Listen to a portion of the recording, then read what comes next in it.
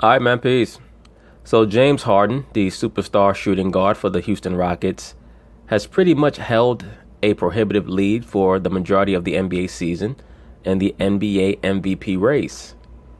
He seems to have solidified that hold with a magnificent performance against the Portland Trail Blazers. But there are certain NBA pundits who believe that he has not quite justified his claim as being the NBA MVP. Of course, they're going to talk about it. I'm going to chime in. Fellas, Houston took down Portland 115-111 to snap Portland's 13-game win streak. James Harden, as you just saw, Chris Paul won the battle of the backcourt as they outscored Damian Lillard and CJ McCollum 64-28. Harden going off for 42 by himself. Max, is he officially your MVP now? Let me say this first before Max speaks. Yes, James Harden is the NBA MVP for this regular season. But of course, the referendum on both he and Chris Paul will not come into the playoffs. In regards to the game that they played against the Portland Trail Blazers, I saw the same things that I've seen from the Portland Trail Blazers all season. They have great individual talent, but they don't know how to maximize their team talent. Damian Lillard and McCollum, they monopolize the basketball way too much. Yes, they can handle. Yes, they can shoot. It does not mean that they should take the majority of shots, at least to the extent that they do. They're going to have to learn how to confuse the opposing team's defense a little bit more. And Damian Lillard, although he is a firebrand, oftentimes he is also a streak shooter, and he does have very poor shooting games, as I noted in the video that I did on Damian Lillard. That is truly what's separating him from the top level of NBA athletes right now, or NBA performers. I'd put him probably on that third level. In order for him to even approach the first level, he's going to have to improve his mental acuity in regards to understanding how to fully maximize the players that he has on his team. Because he does not have the front office that can trade for superstars like a Westbrook, and he does not play in a location that's going to seduce top-level NBA free agents to come play with him. So he's going to have to do the Isaiah Thomas thing. When I say the Isaiah Thomas thing, I'm talking about from the Detroit Pistons in the 80s. He's going to have to figure out a way to maximize the players that he has, because he does have a good supporting cast. No, he's not my MVP, because I actually try to look at overall value of a player. Now, I realize he will be the MVP, and the way that award works, that he has earned it already probably, but not mine, no. Stephen A., look, if you look at their just offensive stats, James Harden 2, my choice at the moment, Anthony Davis. If you just look at the offensive stats, it's very, very close, with admittedly the slight edge to Harden.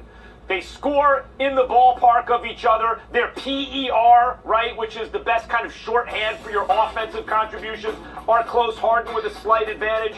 Really, the question is, do you like the fact that Harden has about 6 more assists than Anthony Davis a game, or do you like... He said, do you like that, as if that's a minuscule thing. 6 more assists than Anthony Davis, that's going to result in anywhere from 12 to 18 more points. Now, we do know that Anthony Davis is far more dominant on the defensive end. But to me, Anthony Davis has to blame his coach for why he's not considered higher on the MVP ballot. I've always stated that his coach, Alvin Gentry, does not do a good enough job at maximizing the personnel that they have. It took him 2 years to figure out that he does not have the Golden State personnel, and to stop having his players take all those damn three-point shots. They're going to have to dominate the cadence, the timing of the game, the pace of the game. That's the importance of a Rajon Rondo.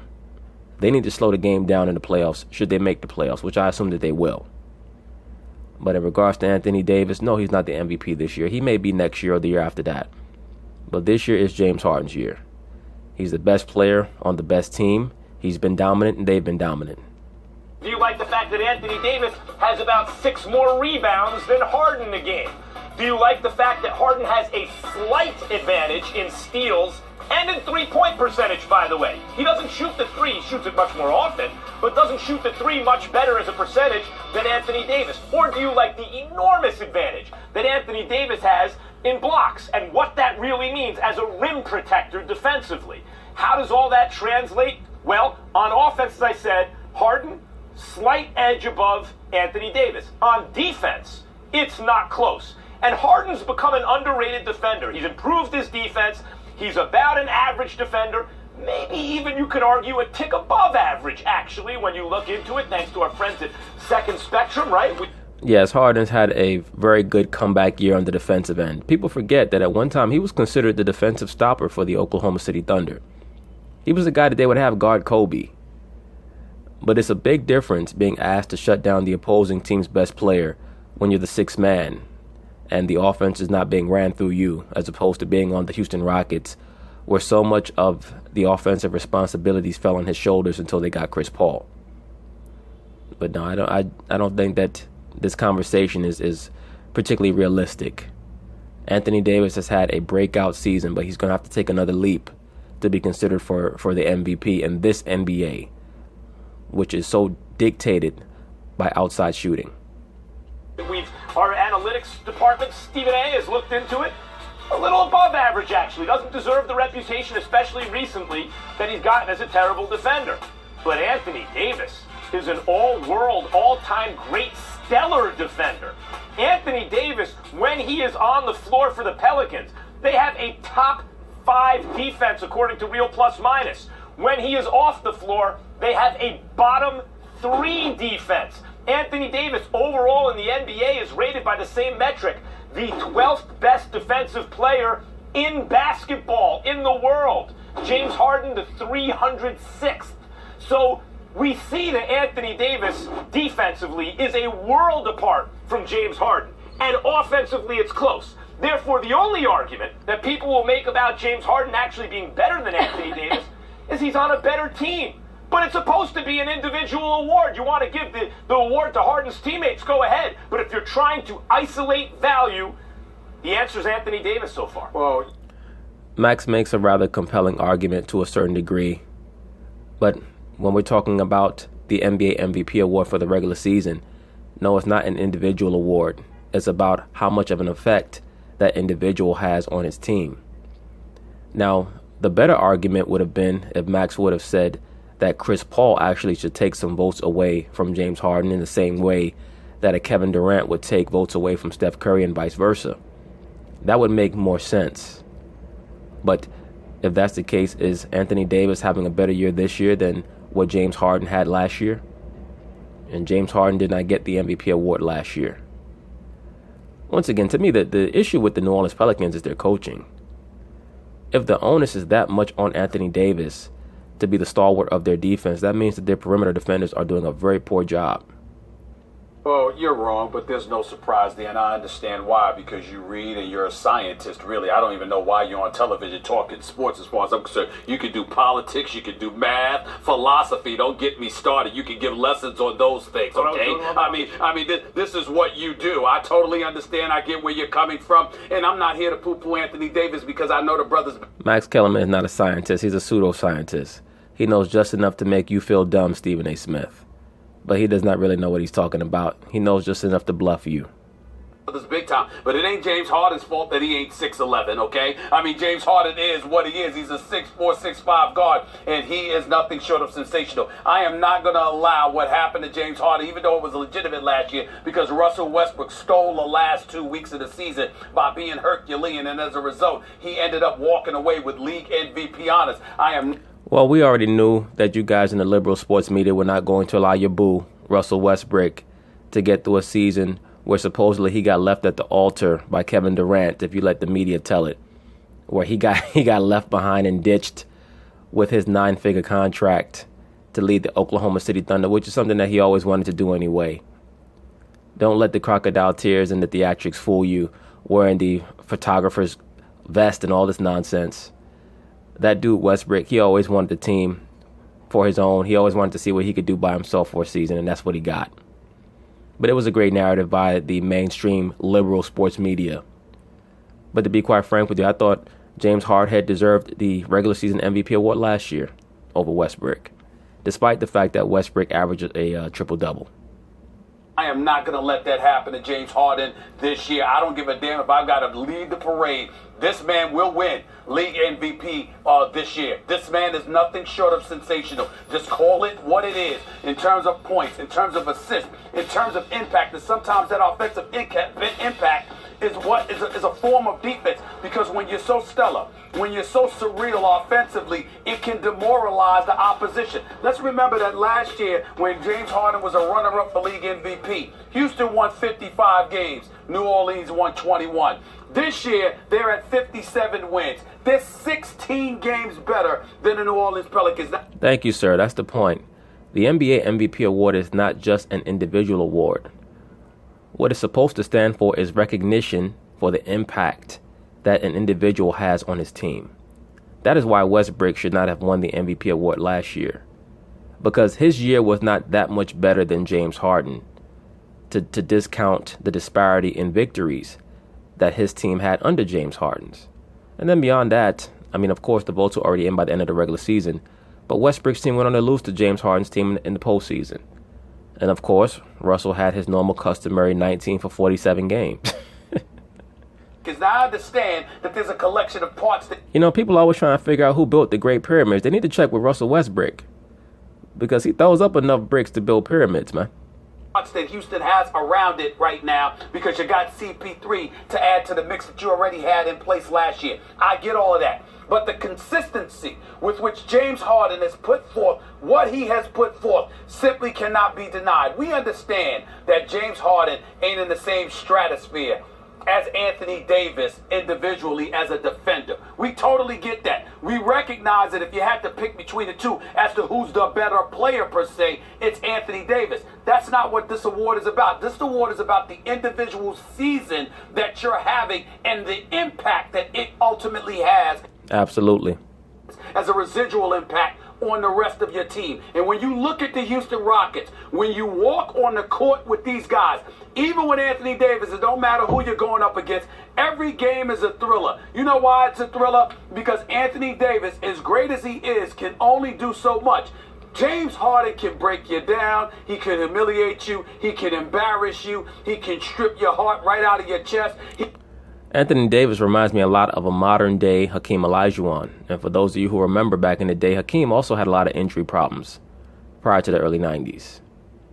He can put in points from all over the place. He's an assist waiting to happen. He can play the point. He can play the two. And when you take all of those things into consideration and you look at what he's bringing to the table, the offensive impact that he has on the floor is so profound that it offsets some of the defensive liabilities he and the rest of his team may have.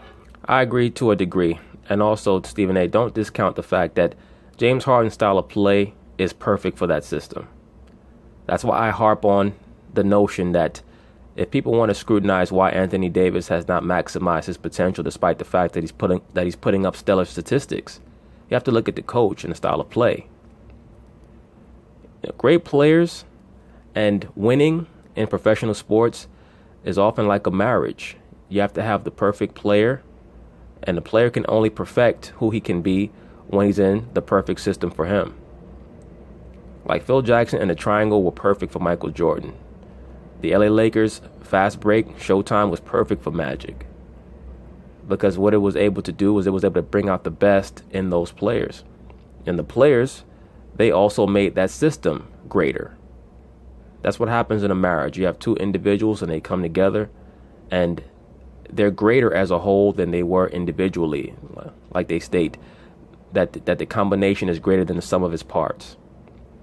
That's what you have with James Harden playing in the D'Antoni system, which is a very wild, fun, fast, free system that does not accentuate defense. So really all D'Antoni demands on the defensive end is great athletes with long arms, people to at least attempt to act as if they want to be defensively responsible. Now, James Harden being 330th in the NBA in defense, that's probably an improvement for him. That's why they've got 57 wins on this season, and they're going to be the #1 seed in the Western Conference. James Harden is my league MVP. I can assure you I will not change my mind. I don't give a damn what happens over the next 2 weeks. He is the league MVP, and when this award is handed out, and oh, by the way, Max, can we get rid of that bogus Players Association ceremony that takes place after after the damn season is over? No. James Harden deserves to have the league MVP. He deserves to be on the court in the playoffs at the Toyota Center with the commissioner handing him that trophy and him hoisting it in front of 19 to 20,000 people who have been there to cheer him all year long instead of these damn players that show up at a beautiful posh hotel in New York City or somewhere else Stephen A. Smith, stop hating. To have a ceremony for themselves. The fans... You're just upset because you can't be a player, so you're not invited. Deserve to see James Harden hoist that trophy, and I expect him to do just that. He is the league MVP, and if you go by precedent, if that's what you're going to base the award on, then you're absolutely right. That's not the question. It's who is your MVP, and I choose to actually look at who the most valuable player is, because value is the same exact thing. It is a synonym. As much as synonyms exist, in other words, as much as two words can actually mean each other, value and the best is the same thing. And the reason it's perceived differently for years is because sports writers are trying to justify their votes. And that's the reason. And people like having sports arguments, and I'm all for that. That's how I make a living too. Absolutely. That's why your statements are so nonsensical. Value and best do not equate. Because once again, when you're evaluating what is the most valuable from a sports perspective, you have to consider how someone fits in as a component into the system that is utilized by that team. That's how that works. For example, back in the 90s, in the early 90s, while every other team across the NBA had a conventional point guard that dribbled and distributed to the rest of their teammates, the Chicago Bulls had to have John Paxson, who was a spot-up jump shooter. Why? Because he fit in best with their system. So he was more valuable in their system than bring over a conventional point guard who wanted to dominate the basketball, distribute, and may not have been the best jump shooter. So John Paxson was the most valuable to the Bulls, but he would not have been considered the best. But the fact is, if we're talking about value, Anthony Davis is better. His offense is close, his defense is a world apart. Now, if you go based on the way the award is given and you include the value of your teammates, and sure, Harden makes his teammates better, so does Anthony Davis. But Harden is on a team that's going to win more than Anthony Davis is. It has won more. I think they're going to win the championship this year. I think the Rockets are really live to do that. Right now, the Rockets have great synergy.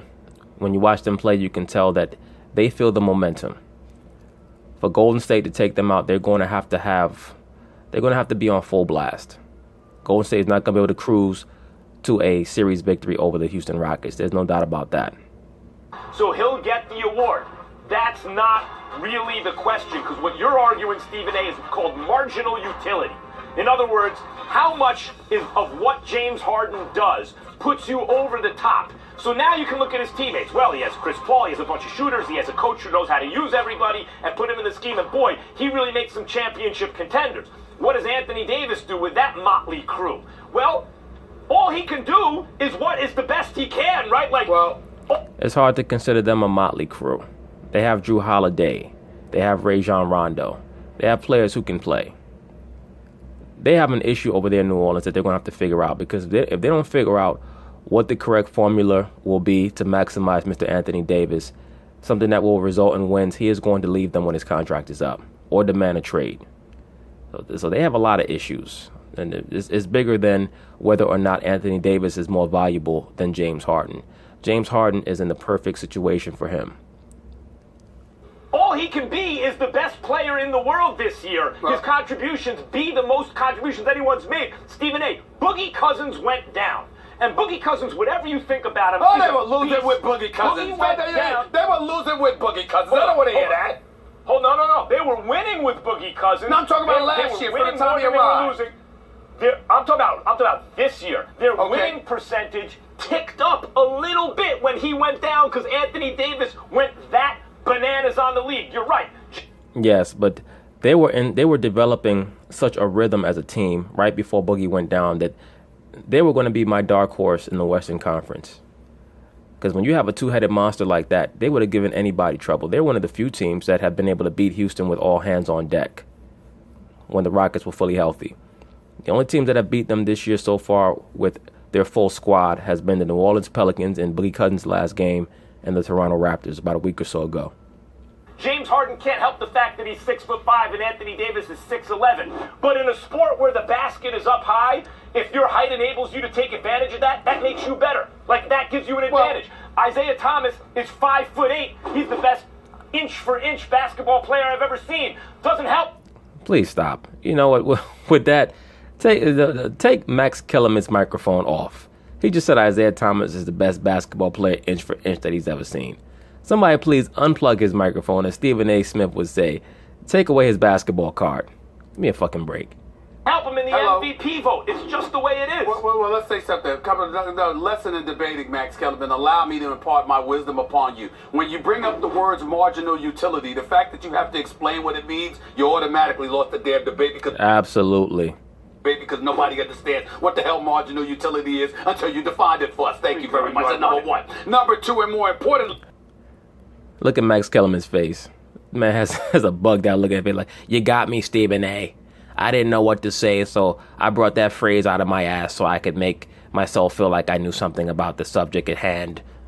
Importantly, what I'm saying to you is this. If you took James Harden off the Rockets and you took Anthony Davis off the Pelicans, I would make the argument to you that the same kind of collateral damage would matter. So in other words, when you're talking about an MVP and you're talking about value, again, value isn't necessarily about the greatest. For example, Shaquille O'Neal definitely deserved in a lot of our eyes the league MVP award the year that Steve Nash had it. But there was no doubt that if you took Steve Nash off the Phoenix Suns, there would have been some huge significant problems on the Phoenix Suns, tantamount to what would have happened if Shaquille O'Neal had departed from the Lakers at that particular juncture, because their dominance came in different ways.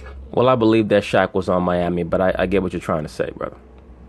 But nevertheless, the value was equitable, and that's what you have to take into consideration here. James Harden, Anthony Davis, you can pick your poison, but in the end, James Harden is 16 games better. He has been a model of explosive offensive consistency, and the bottom line is his situation has been surreal. It is his time. He is doing it. He deserves it. That's the best statement that you made, Stephen A. Smith. Yes, it is James Harden's time.